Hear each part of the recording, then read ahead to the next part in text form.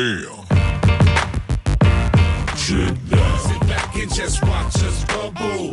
Gorillas out of the concrete jungle. We come with more heat. Shit down. Hi అండి, నా పేరు Abhiram. Exams టైంలో students పడే బాధ ఎలా ఉంటుంది, వాడు ఎదుర్కొనే ప్రాబ్లమ్స్ ఎలా ఉంటాయి, అంటే టాపర్స్ కోసం కాదు. టాపర్స్ అయితే చదువుతారు, రాస్తారు, పాస్ అయిపోతారు. యావరేజ్ స్టూడెంట్స్ చదువుతారు, పాస్ అయిపోతారు. బిలో యావరేజ్ స్టూడెంట్స్ కూడా చదువుతారు, పాస్ అయిపోతారు. మరి నా అందరి పరిస్థితి ఏంటి, ఎక్స్పెషల్లీ నా అందరి పరిస్థితి ఏంటి? బేసిక్గా నేను బీఫార్మ్ చేశానండి. బీఫార్మ్ చేసినప్పుడు నాకు 87% వచ్చిందండి అటెండెన్స్. యాజ్ యూజువల్గా కాలేజ్ టాపర్ నేనే అల్లర్లో. నాది కాలేజీలో అవుట్ స్టాండ్ స్టడీస్ అండి, అంటే ద బెస్ట్ స్టూడెంట్ అనమాట. అంటే అవుట్ స్టాండ్ స్టడీస్ అంటే ప్రతిరోజు నేను బయట ఉండేవాడిని, ప్రతిరోజు క్లాస్ బయట ఉండేవాడిని. క్లాస్ బయట స్టాండ్గా ఉండేది కాబట్టి out side standing, out stand study అన్నది. అంటే ఎవ్రీడే నేను కాలేజ్కి వెళ్ళేవాడిని. నేను కాండిషన్ కట్టకుండా ఏ సెమ్ లేదండి.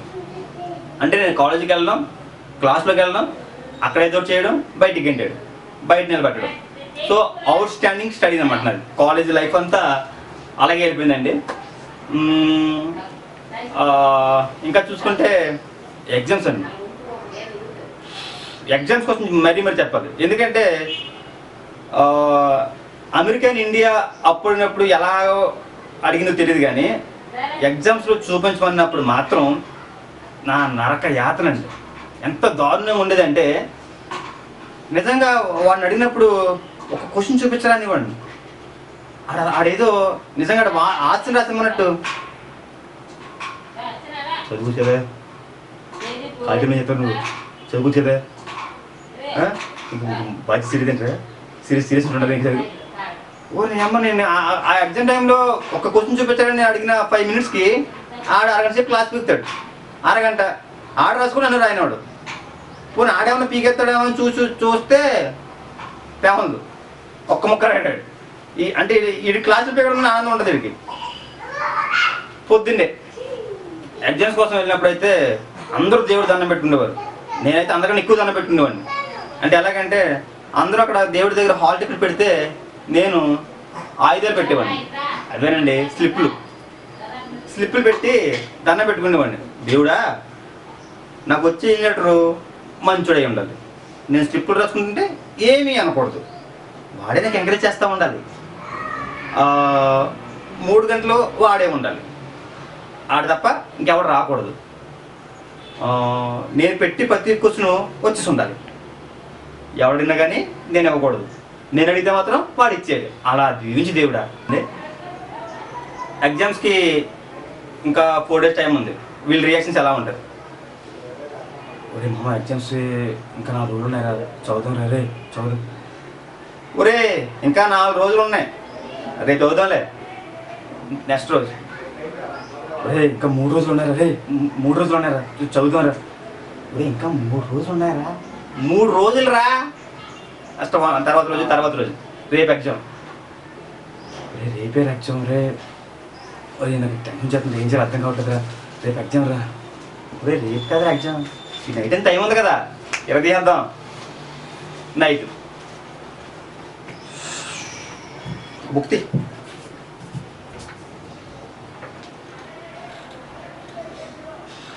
మామా, ఇది మన సిలబసా? ఏం చదవాలా, ఎంత చదవాలా మామ? ఒక్క నిమిషం, రేపు పొద్దున్న ఏ ఎగ్జామ్ అమ్మా? రేపు ఎగ్జామ్ కూడా తెలీదా? అంటే రేపు కెమిస్ట్రీగా? రేపు కెమిస్ట్రీ రేపు కాదురా, లాస్ట్ ఎగ్జామ్ రా. ఓ మార్చ్ టైం టేబుల్ నేను తప్పు చూసాను అంటే. ఓకే చదువు. ఒక్క ముక్క అర్థం అవట్లేదు. ఒరే మామ, నైట్ 12 గంటలకు వెళ్ళడం పెట్టు, 12 గంటలకు వెళ్ళడం పక్క చదివేస్తాను మామ. రే లేదు, 12 అయింది. 12 అయిపోయిందా? టీ పెట్టా మామ.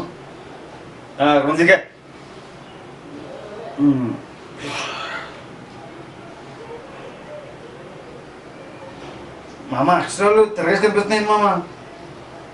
బుక్ తిరగేసి చూస్తే తిరగేసి కనిపిస్తాయి. ఓ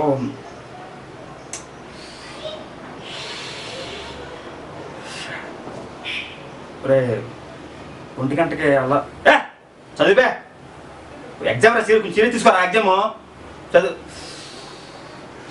ఈనాడు సీరియస్ తీసుకున్నాను. ఓకే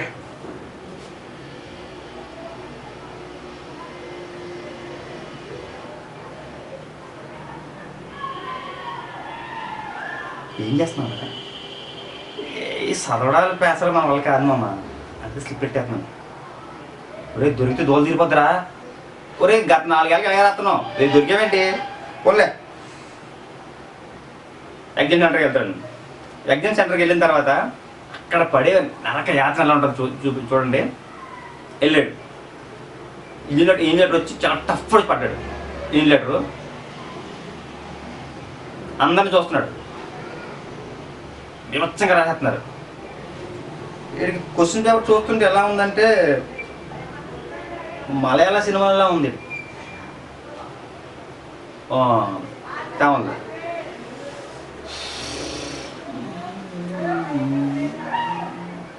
మనం నటించాలి కదా. ఇప్పుడు ఎగ్జామ్స్లో మీరు ఇంగ్లీష్ ముందు నటించాలి కదా.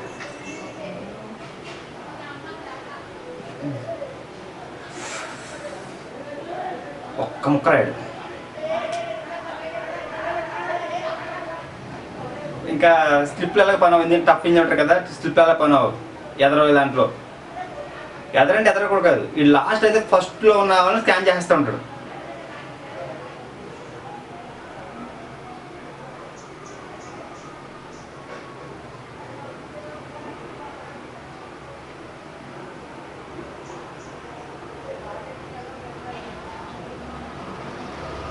అలా అడుగుతాడు. ఎంత దారుణం అంటే తిరుపతిలో బెగ్గర్స్ కూడా అంత దారుణంగా అడగరేమో, అంత దారుణంగా అడుగుతాడు.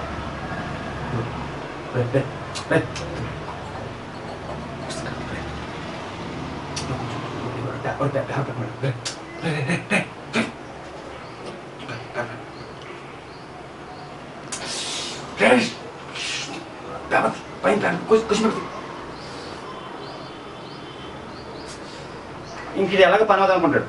ఫ్రంట్ బ్యాక్ ఉన్న వాళ్ళు కొంచెం చూద్దాం అనుకుంటాడు.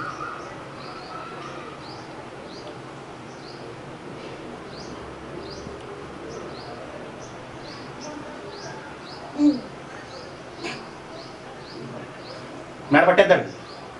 అంత నీటి చూస్తాడు. రే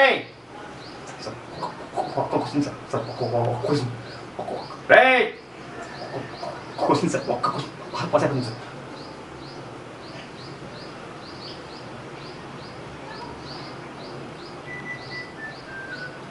సెట్ అవ్వదు. స్లిప్పులు తీయడు. ఇన్లెటర్ మారాడు. వేరే ఇన్లెటర్ వచ్చాడు. అతను రోజు వీటి దగ్గర స్లిప్పులు తీసాడు. ఒక్క క్వశ్చన్ కూడా రాలా. పక్కన స్లిప్ అడగదు. ఒక్క స్లిప్ అడగదు. ఒక్క స్లిప్ అడగదు. 8 మార్క్స్ ఒక్క ఫెయిల్ అయిపోతుంది.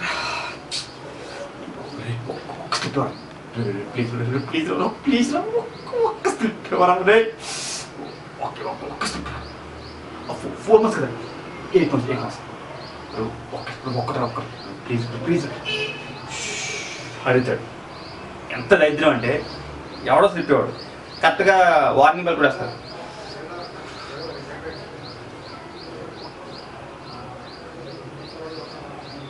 చూస్తే బయట పేపర్ ఇటు ఫేస్లో ఉంటుంది.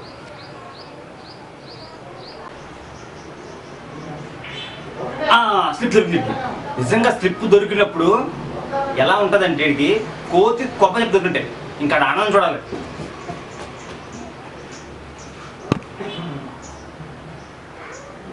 సునామీలు రానివ్వండి, వరదలు రానివ్వండి, పొద్దు తుఫానులు, చైనా వరదలు ఏం పట్టించుకోండి. ఈ రాత్రి విడితే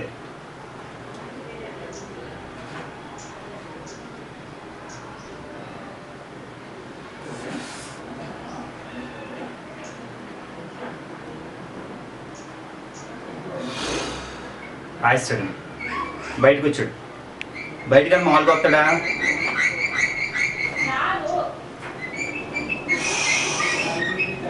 ఎలా సార్ ఎలా సార్ పాస్ అవుతావా? నేనా చింపేసింది. ఎప్పుడు ఇంతే కదరా, చాలా టఫ్ ఇచ్చాడు పేపరు, తెలుసు కదా మన సంగతి.